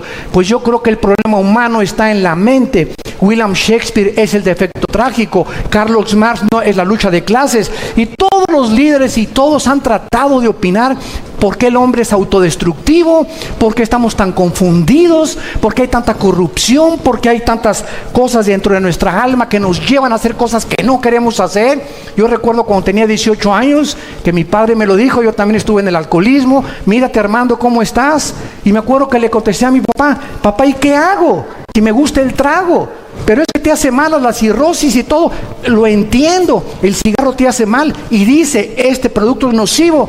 Pregúntale al que fuma, ¿por qué lo hace? ¿Por qué te estás autodestruyendo? Porque la Biblia dice que somos autodestructivos y necesitamos a Dios para podernos sacar. No alcohólicos anónimos, no marihuanos anónimos, no locos anónimos, sino la sangre de Jesucristo es la medicina que Dios nos da para poder sanar nuestra condición con la cual nacimos. Esta es la razón por la cual este hombre, el anticristo, voy a hablar más de esto hoy en la tarde, hoy en la conferencia en la tarde va a tratar sobre el tema del anticristo, lo vamos a ampliar más, pero vemos que nosotros, que cuando comience la tribulación, el anticristo va a surgir, escúchenme muy bien, con mucho cuidado. De acuerdo a la Biblia, 5 naciones de Europa y 5 naciones del Medio Oriente se van a unir para formar una confederación política que representan los 10 dedos de la estatua de Nabucodonosor y los 10 cuernos en Apocalipsis 17, que es el último gobierno que el anticristo va a formar. En otras palabras, no le creas a nadie, no se metan a internet ni a YouTube de tantas mentiras que hay. Que el anticristo iba a ser el pobre de Obama. Ahora dice que también el güero Trump va a ser el anticristo, que es el Papa, que el príncipe Felipe de España, que los reyes de Holanda, bueno, hasta el esposo de la reina Isabel en Inglaterra algún tiempo lo que tacharon como el anticristo. Nadie puede saber quién es el anticristo, nadie, hasta que no oigamos. Se juntaron 5 naciones de Europa y 5 naciones de Medio Oriente que pertenecieron al antiguo imperio romano, lo cual desarrollaré también hoy en la tarde. Y cuando ellos se junten, ya que esté esta confederación política unida, de acuerdo a Daniel capítulo 7, de entre esos 10 reyes o 10 naciones surge el anticristo como un gobernante insignificante. Por eso se le llama el cuerno pequeño. Entonces, cuando esto suceda, nosotros en esos días, o tal vez a las 24 horas, a los 48, desaparecemos del mundo. Ya no vamos a estar aquí. Tal vez ni quien lo quiera conocer. Pero este hombre va a entrar como entró Adolfo Hitler, con la paz, con la bandera blanca de la paz. Peace and love. Y el mundo le va a creer, el mundo va a ser engañado. A los 3 va a firmar un tratado con los árabes y los judíos. ¿Cuánto tiempo tiene desde 1948 que ningún político, ningún secretario de Estado norteamericano ni europeo ha podido celebrar un tratado de paz entre los judíos y los árabes? Lo intentó Bill Clinton, lo intentó Jimmy Carter, lo intentaron Henry Ford, lo intentaron todos los presidentes norteamericanos y todos han fracasado. El anticristo logrará lo que hace más de 65, 70 años la diplomacia y la política norteamericana no ha podido lograr. Él podrá lograr con poderes sobrenaturales que él va a manifestar, satánicos, que los árabes y los judíos en 7 años no se toquen y que puedan los judíos reconstruir su templo. Pero a los 3 años y medio, Jesucristo dijo en Mateo 24, versículo 15, a los judíos, que cuando ellos vean la abominación desoladora que habló el profeta Daniel, entonces los que estén en Judea huyan a los montes. El que esté en la azotea no descienda para tomar algo en su casa. El que esté en el campo no vuelva atrás. Ay de las encintas y de las que crían en aquellos días. Oren porque vuestra huida no sea en invierno ni en día de reposo, porque habrá entonces gran tribulación. Palabras de Jesús, Mateo 24, 15 en adelante, cual no la ha habido desde el principio del mundo hasta ahora. Y si aquellos días no fueran acortados, nadie sería salvo. Mas por causa de los escogidos, aquellos días serán acortados. Vemos entonces que el primer caballo blanco representa a la figura del futuro dictador mundial, que así es como comienzan los últimos 7 años, donde Dios trata otra vez a Israel. Hay una teología herética que se llama la teología del reemplazo, que enseña que Dios ya acabó con los judíos y que la iglesia vino a tomar el lugar de Israel. Esto es antibíblico. Simplemente lee el capítulo 9, 10 y 11 del libro de Romanos. 3 capítulos dedica Pablo para enseñar que Dios puso en la banca, ahí están ahorita los del Barcelona en la banca, para cuando jueguen con el Real Madrid, ¿verdad?, le vuelvan a ganar.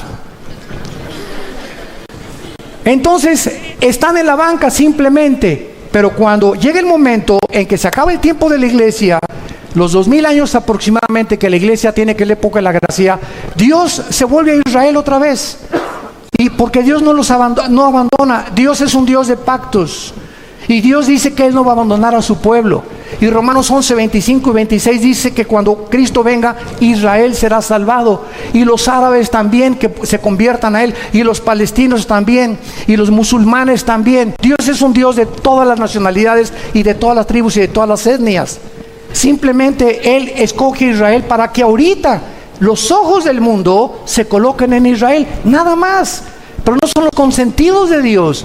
Él tiene un programa para que podamos nosotros entender, al ver que regresaron en el 48, después de 2000 años que fueron exiliados a todas las naciones, Y 700 años antes de Cristo, por los asirios, las 10 tribus que fueron desaparecidas, Dios los regresa el 14 de mayo de 1948.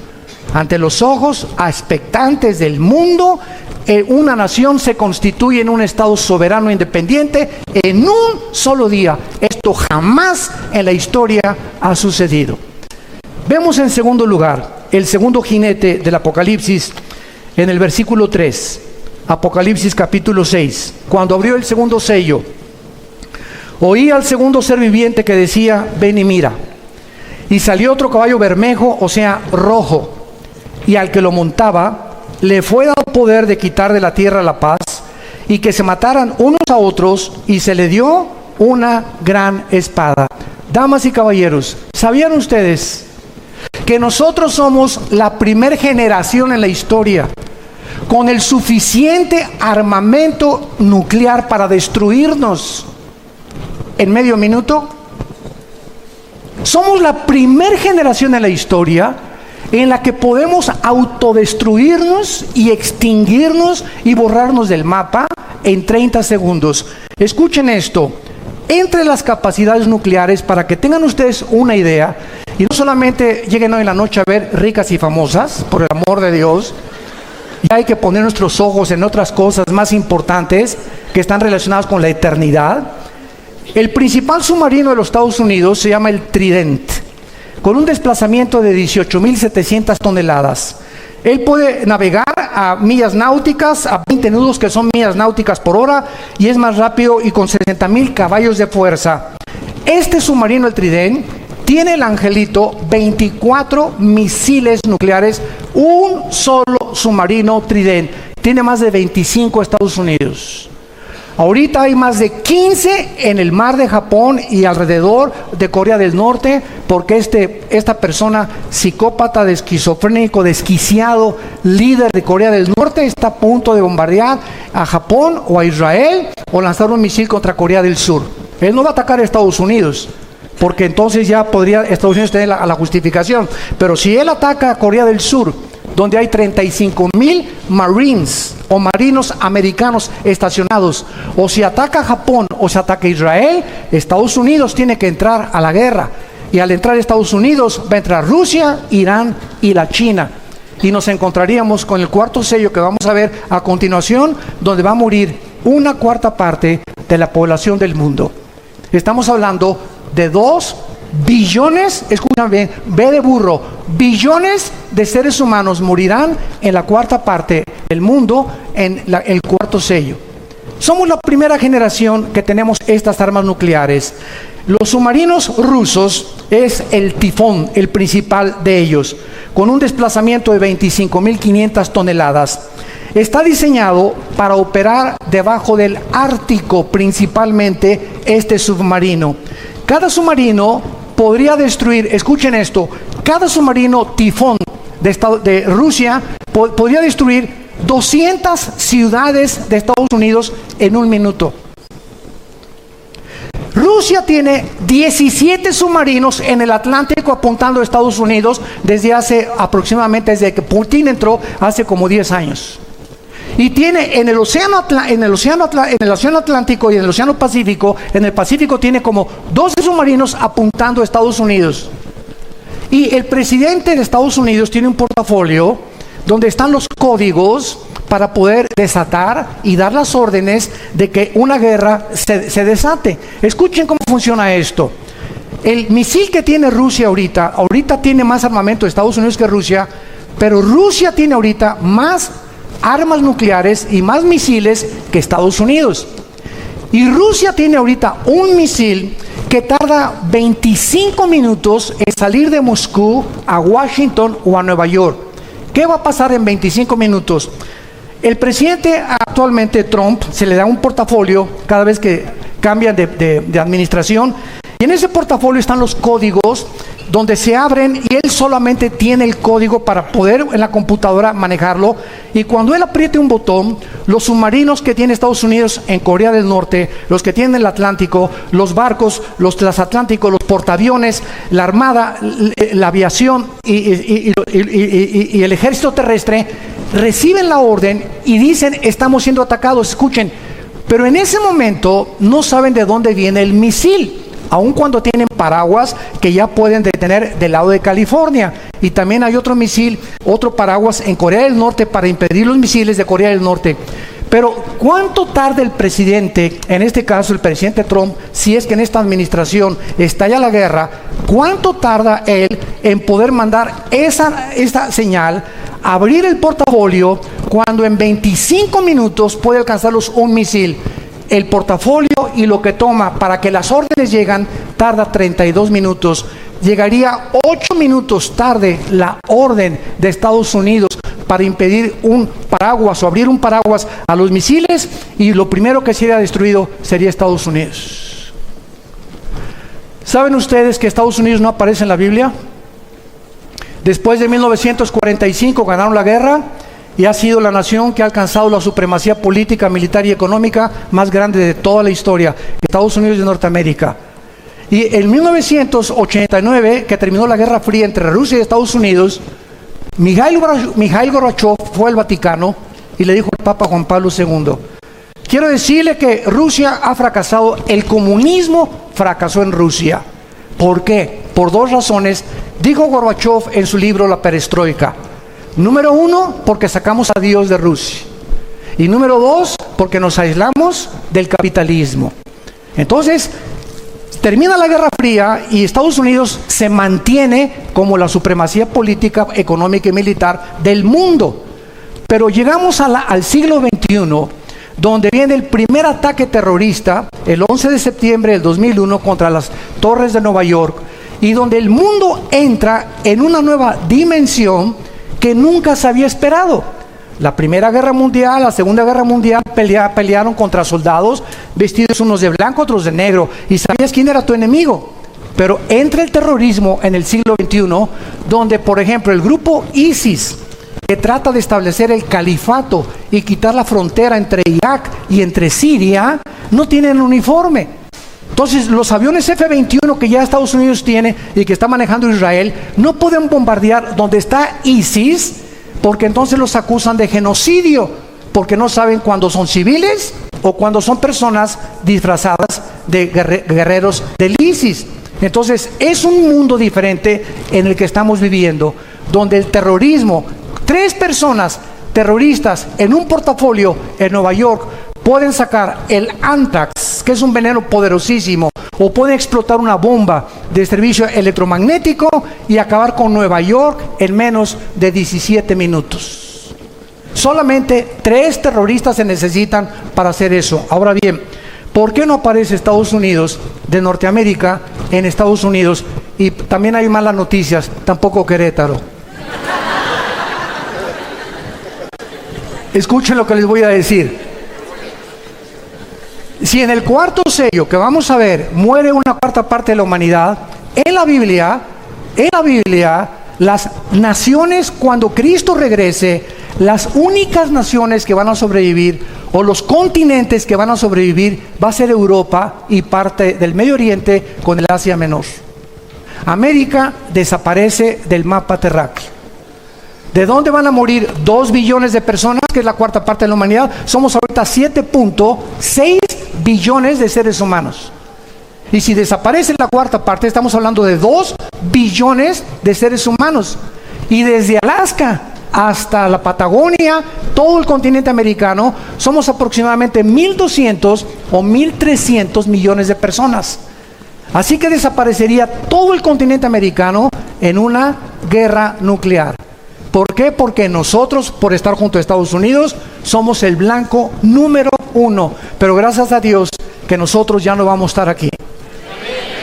Y si esto viene, ¿verdad?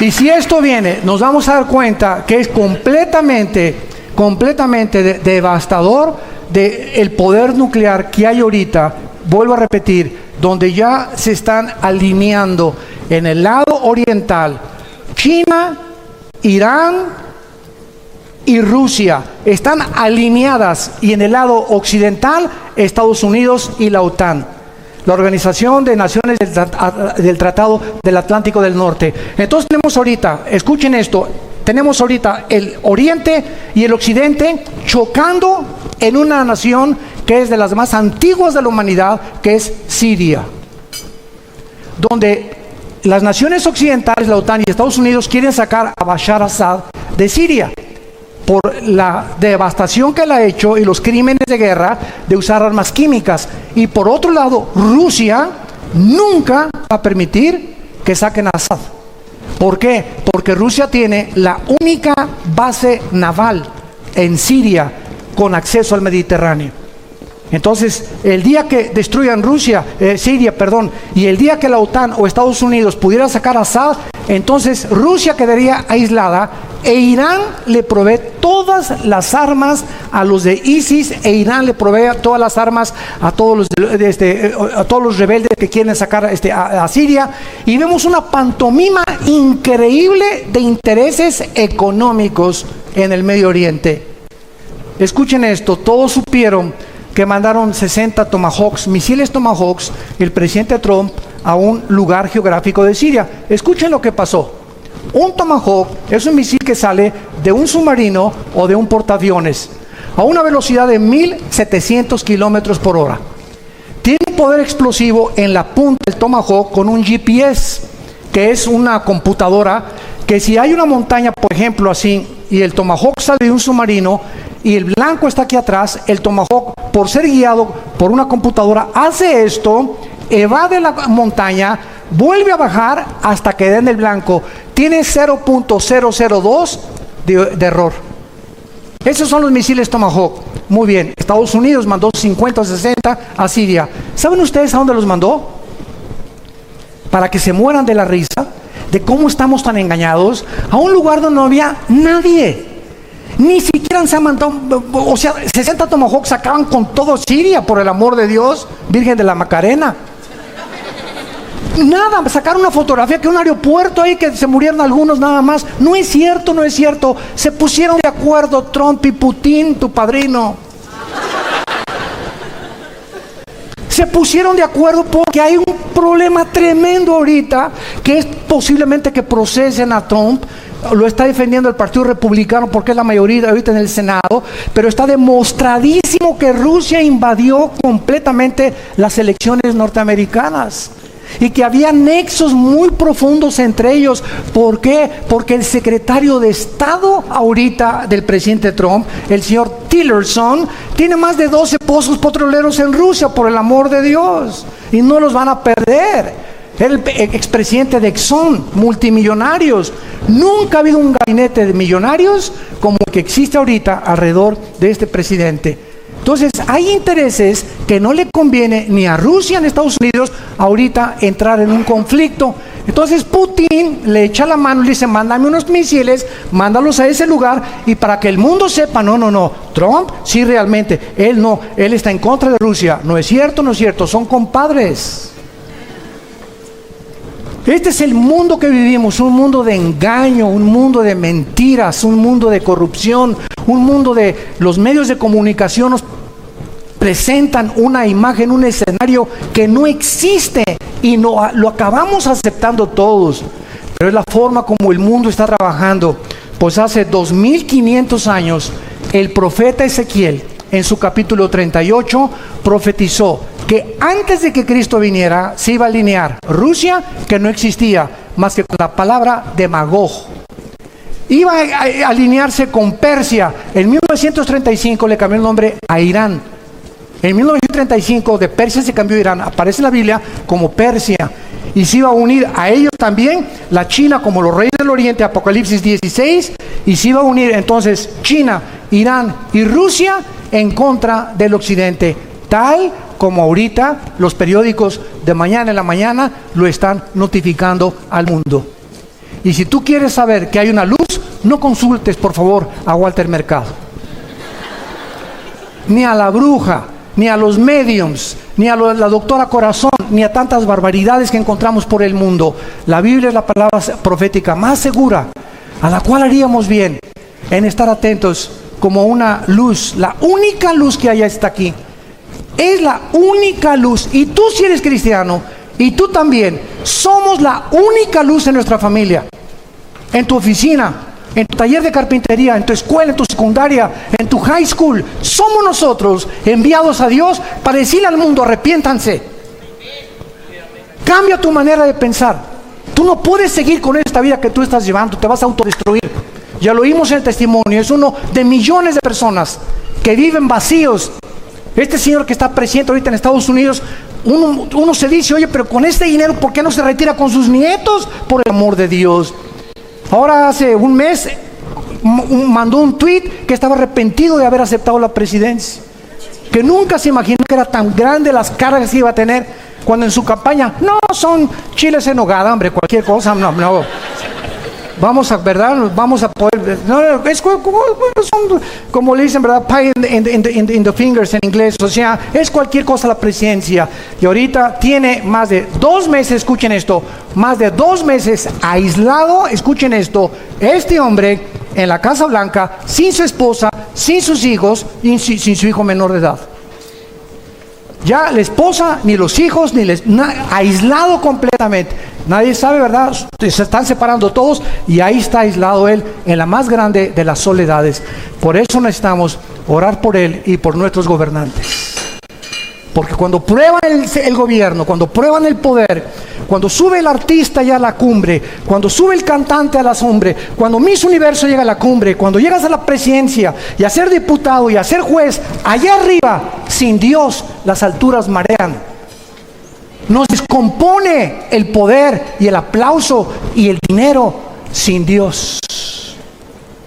Por eso dice Proverbios el rey Salomón: adquiere sabiduría antes que plata y oro precioso. ¿Por qué? Porque si Dios te da dinero y tú no tienes la sabiduría para usar ese dinero, se convierte en una maldición. En una maldición. Ahorita el misterio más grande que hay ahorita aquí en la República Mexicana es: ¿dónde está el dinero del Chapo? Nadie lo sabe. Antes de morir, un líder más grande que él, Pablo Escobar, en Colombia, su hijo que anda testificando por todo Brasil y por toda Sudamérica, el hijo de Pablo Escobar, lo dice: mi padre teníamos cuartos llenos de dinero. Un día tenía fiebre una de mis hermanitas, quemamos como $1 millón para calentarla, porque no sabíamos en qué gastarlo. No lo podíamos meter al banco, no podíamos usarlo porque todos nos tenían fichados. Ese es el poder, es una mentira. Y toda la gente sigue buscando eso. Sin Dios nunca disfrutarás nada. Más vale plato de legumbres donde hay amor, que de buey engordado donde hay odio. Y vemos en tercer lugar el caballo negro, que es la peste y el hambre en el mundo. Cuando abrió el tercer sello, versículo 5, el tercer ser viviente dijo: ven y mira, he aquí un caballo negro, y el que lo montaba tenía una balanza en la mano, y oí una voz del medio de los 4 seres vivientes que decía: 2 libras de trigo por 1 denario, y 6 libras de cebada por 1 denario, pero no dañes el aceite ni el vino. Estas palabras significan una hambre tan tremenda que se viene sobre la humanidad, que 1 denario era el salario que un obrero ganaba diario. Entonces, una barra de pan no va a alcanzar ni siquiera para comprar con un día de salario mínimo. Cuando vino la Gran Depresión en Estados Unidos en los 30s, los alemanes tenían carretillas de dinero, pero así de los marcos alemanes, pero millones de marcos alemanes que no podían comprar un solo pan. De la devaluación tan impresionante que vino en la Gran Depresión. Y así lo dice la Biblia: Dios convierte en polilla lo más apreciado del hombre.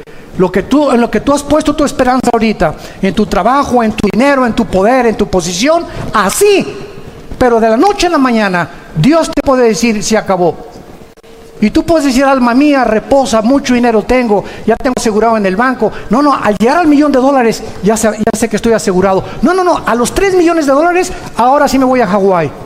Y dice la Biblia que tú puedes hoy mismo en la noche, descubrir que tienes cáncer, una embolia cerebral, un ataque al corazón. Nuestra vida pende de un hilo. No depende de lo que nosotros construyamos para el futuro, depende de un Dios a quien le debemos sumisión y adoración y obediencia. Y eso es lo que Él quiere, que nosotros nos volvamos a ese Dios, que pongamos nuestros ojos en las cosas eternas, no en las cosas temporales, que pasamos peregrinos nada más por esta vida. Cuando un niño tiene 5 o 6 años, no existe el futuro ni el pasado. Él vive en el presente, no se preocupa si hay comida, si hay complex. Llegamos a los 18 años, los jóvenes, el futuro. ¿Qué voy a hacer? ¿Qué carrera? Y desgraciadamente, ¿cuál es la que más produce dinero? Y se ponen a investigar los jóvenes en internet. ¿Cuáles son las mejores remuneradas carreras? Cuando a lo mejor no tienes tú ese llamado, pero movido por los intereses materiales en que el mundo vive, pierden completamente su llamado y lo que Dios tiene para sus vidas. Y cuando llegamos al 5.º piso, ¿verdad? Como muchos de nosotros ya llegamos, o al 6.º piso, a los 50, 60 años de edad, todo es hacia atrás. Ay, si hubiera sido Pancho Villa, y si hubiera esto y el otro, y mi abuelo y por aquí, por allá. Y vemos nosotros como el ser humano, al llegar a la tercera edad, así pasa el tiempo. Los jóvenes creen que tienen toda la vida, pero llega al 5.º piso y al 6.º piso, y te vas a dar cuenta qué rápido pasa el mundo y la vida. Y cuando menos lo esperamos, ya estamos ya de canas, tenemos a nuestros nietos, regresamos otra vez a la vejez, a que alguien nos tenga que cuidar. Y lo que hiciste en la vida, ¿para quién lo hiciste? ¿Para quién sembraste? ¿Para quién viviste? Y ancha es la puerta, dijo Jesús, que conduce a la perdición. Y muchos van por esa puerta ancha. La puerta donde tú eres el autónomo y tú no le das cuentas a nadie. Tú pones tus reglas y tus propios mandamientos. Pero angosta es la puerta que conduce a la salvación y pocos son los que entran por ella. Porque si tú no cargas tu cruz, dijo Jesús, si tú no cargas tu cruz y no te niegas a ti mismo, no entrarás al reino de los cielos. El hambre, de acuerdo a la FAO, hay más de 2.000 millones de personas ahora muriéndose de hambre. El 50% de las personas pobres viven en el Asia del Sur, India y Bangladesh, y otra sexta parte vive en el sureste de Asia, el resto en Latinoamérica y en el Medio Oriente. En la ONU existen, de acuerdo a los datos de la ONU, más de 200 millones de infantes que diario van a la cama con hambre. Y tú tienes por lo menos totopos, cornflakes, leche. ¿No le das gracias a Dios por eso? Por la casa que tenemos, por las nubes que nos rodean, por las montañas, por el aire. Estamos vivos, oh Dios. La familia es el tesoro más grande que Dios nos ha dado. Gracias, Señor, por mi esposa que me has dado, mis hijos, mis nietos. ¿Cuántos de ustedes van a vacaciones a Acapulco, a Puerto Vallarta? Y hasta las vacaciones llevan su computadora y ahí están en el hotel, en lugar de que disfrutes la playa, el sol, las puestas de sol. Ahí estás con tu computadora haciendo negocios y negocios y negocios. Es que yo soy un hombre. Eso no es ser hombre, eso es ser un tonto. Tenemos que entender que la vida es muy corta y que tenemos que disfrutar las cosas pequeñas que son las que más felices nos hacen, que es disfrutar a nuestros hijos. Y finalmente vemos el caballo negro, que dice la Biblia en el versículo 6, cuando abrí el cuarto sello, vi el caballo amarillo. Esta palabra en el griego es kloros, y es amarillo porque es el color de los muertos. Cuando alguien se muere, comienza a palidecer su rostro. Yo he visto cantidad de personas muertas, y en una hora, ¿verdad? El rostro les cambia completamente, comienza la sangre ya se coagula, ya no existe ningún contacto ya con las neuronas del cerebro, etcétera, etcétera. Por eso se le llama el caballo amarillo. El que lo montaba tenía por nombre la muerte, y el Hades le seguía, y le fue dada potestad, aquí está, sobre la cuarta parte de la tierra, para matar con espada, o sea, con guerra, hambre, con mortandad y con las fieras de la tierra. Vemos nosotros en este último caballo, que es la muerte, de qué forma Esto es lo que está sucediendo actualmente en el mundo. En agosto de 1990, cientos de delfines aparecieron muertos en los océanos, en las playas de Valencia, en España. En Francia aparecieron muertos 50 delfines en 2 semanas el mismo año. Las pruebas de laboratorio descubrieron que estos delfines murieron por un virus llamado morbilli, que es producido por la contaminación del petróleo derramado en el mar. Solamente los pozos petroleros que Saddam Hussein en la famosa guerra del Golfo Pérsico explotó o voló, arrojaron más de 75,000 toneladas de dióxido sulfúrico a la atmósfera, con 100,000 toneladas de carbón y más de 800,000 toneladas de dióxido de carbón todos los días. Damas y caballeros, estamos en un planeta donde el aire, la comida, el agua, los bosques, todo lo hemos contaminado. Yo creí que Querétaro se estaba salvando. Y antier que llegué con mi esposa, veníamos de Estados Unidos aterrizando, y era una nube que estaba cubriendo a Querétaro de smog. Le dije, ¿de dónde viene esto? Esto no viene de los matachines, ni de los mariachis, ¿verdad? Anoche estuvimos en el Zócalo, qué espectáculo más precioso aquí en esta ciudad. Y por un lado la sinfónica, y por otro lado el cantante rock, otros bailando ahí los bailes de hace más de 35, 40 años que nos gustaban, etcétera, etcétera. ¿Qué ciudad más hermosa tienen ustedes? Hay que cuidarla también. Pero así está el mundo completamente contaminado ya. Ya hay cosas de productos higiénicos, ¿verdad? Y transgénicos, y están cultivando hortalizas propias muchos en sus jardines, porque ya está absolutamente todo contaminado. Y quiero terminar leyendo a Isaías en el capítulo 24, que fue escrito hace 2700 años. Escuchen esto. Hace 2700 años, el profeta Isaías profetizó lo siguiente.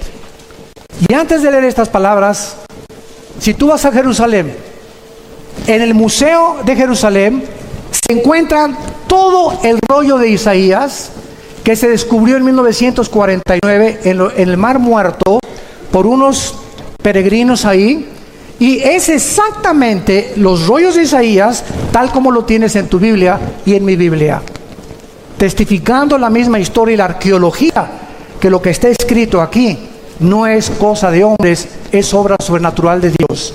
Y termina así este versículo, capítulo 24. Se destruyó, versículo 4, cayó la tierra, enfermaron los pueblos de la tierra se contaminó bajo sus moradores, porque traspasaron las leyes. 1, 2, falsearon el derecho. 3, quebrantaron el pacto sempiterno. Por esta causa la maldición consumió la tierra. Damas y caballeros, hemos transgredido las leyes de Dios. Ahora ya podemos casarnos, ¿verdad? Hombre con hombre y mujer con mujer. Ahora estamos redefiniendo nosotros el matrimonio. Ya no es Dios. Nosotros sabemos cuándo usar el sexo y cuándo no usarlo. Yo puedo tener relaciones sexuales antes de casarme para ver si nos conocemos. Y venimos a la Biblia, dice la Biblia, no cometerás inmoralidad. El hombre ha llegado a un punto de descomposición social en nuestra sociedad que si no despertamos, les va a pasar lo que a la rana. Agarras una rana y la metes en una olla de agua fría y ponla hoy en la noche en tu estufa. Y préndele la lumbre. Y entonces comienza a hervir el agua, y la rana, por ser de temperatura, su sangre fría, no brinca cuando hierve el agua. Ahí se queda y ahí muere hervida. Pruébala a ver a qué sabe después. Y así nosotros, la inmoralidad está creciendo tanto en la televisión, en las noticias, tantas vulgaridades que oímos ya en la televisión, en los radios, que nos estamos acostumbrando a que sea normal, y no es normal. Dios es un Dios santo que nos manda la santidad, y sin esta santidad nadie le podrá ver. Y Dios nos manda que nos volvamos a Él con todo nuestro corazón, y que entendamos que hace 2000 años su Hijo en una cruz dio su vida y resucitó a los 3 días para mostrarnos que viene la resurrección de los muertos, y todos los que hicieron lo bueno volverán a vivir eternamente con Él, mas los que hicieron lo malo resucitarán para condenación. ¿No quisieras tú en esta mañana, en la que tu conciencia ha sido preparada por el Espíritu Santo, venir a la cruz? No te invito a que vengas a ninguna religión. Te invito a que vengas a una cruz, donde un hombre llamado Jesucristo no bajó del cielo a traernos otra más de las miles de religiones que hay. No vino a bajar del cielo para darnos su vida, una vida eterna, una vida de propósito, de significado, una vida donde podamos en medio del huracán y de lo que está pasando, tener esa paz que sobrepasa el entendimiento humano y morir tranquilos y decir antes de morir: gracias a Dios que he acabado la carrera, he peleado la buena batalla, hemos echado mano de la vida eterna y hemos permanecido firmes en la esperanza a la que fuimos llamados hasta el final de nuestras vidas, porque solo los vencedores tendrán parte en el reino de Dios. Les pido por unos instantes que inclinen su cabeza, y así con tu rostro inclinado, los que gusten, quiero decirte que la Biblia dice: prepárate para encontrarte con tu Dios. He aquí estoy a la puerta y llamo. Si tú oyes mi voz y me abres la puerta de tu corazón, yo entraré a ti, dice Jesús, en la persona del Espíritu Santo, para regenerarte, para darte una vida de propósito, una vida eterna. Perdonaré tus pecados, y si tus pecados fueren como el carbón de negros, no importa lo que hayas hecho hasta este momento, es mi sangre, dice Jesús, la que tiene el poder de perdonar al culpable y hacerlo justo ante los ojos de Dios. Yo tengo el poder, dice Jesucristo, para cambiar tu vida, tu matrimonio, tus hijos, tu familia, si tan solo tú abres tu corazón y me das oportunidad de entrar y demostrarte que estoy vivo, porque he aquí que vivo por los siglos de los siglos. Las personas que quieran hacer esta oración en este momento, dile a Dios con todo tu corazón estas palabras: Señor mío y Dios mío, te pido perdón por mi vida. Creo que en esa cruz tu Hijo murió y dio su sangre para perdonar mis pecados, porque yo era incapaz de poder pagar esta cuenta pendiente que yo tenía contigo de pecado. Ahora creo que es su muerte, su vida, la que me da este perdón, gracias a tu gracia y a tu misericordia. Señor Jesús, porque creo que a los 3 días te levantaste de entre los muertos, te pido que entres en este instante a mi corazón como mi Señor y mi Salvador. Te recibo y te doy las gracias por tan grande amor y tan grande salvación. Amén. Gracias a Dios por su palabra.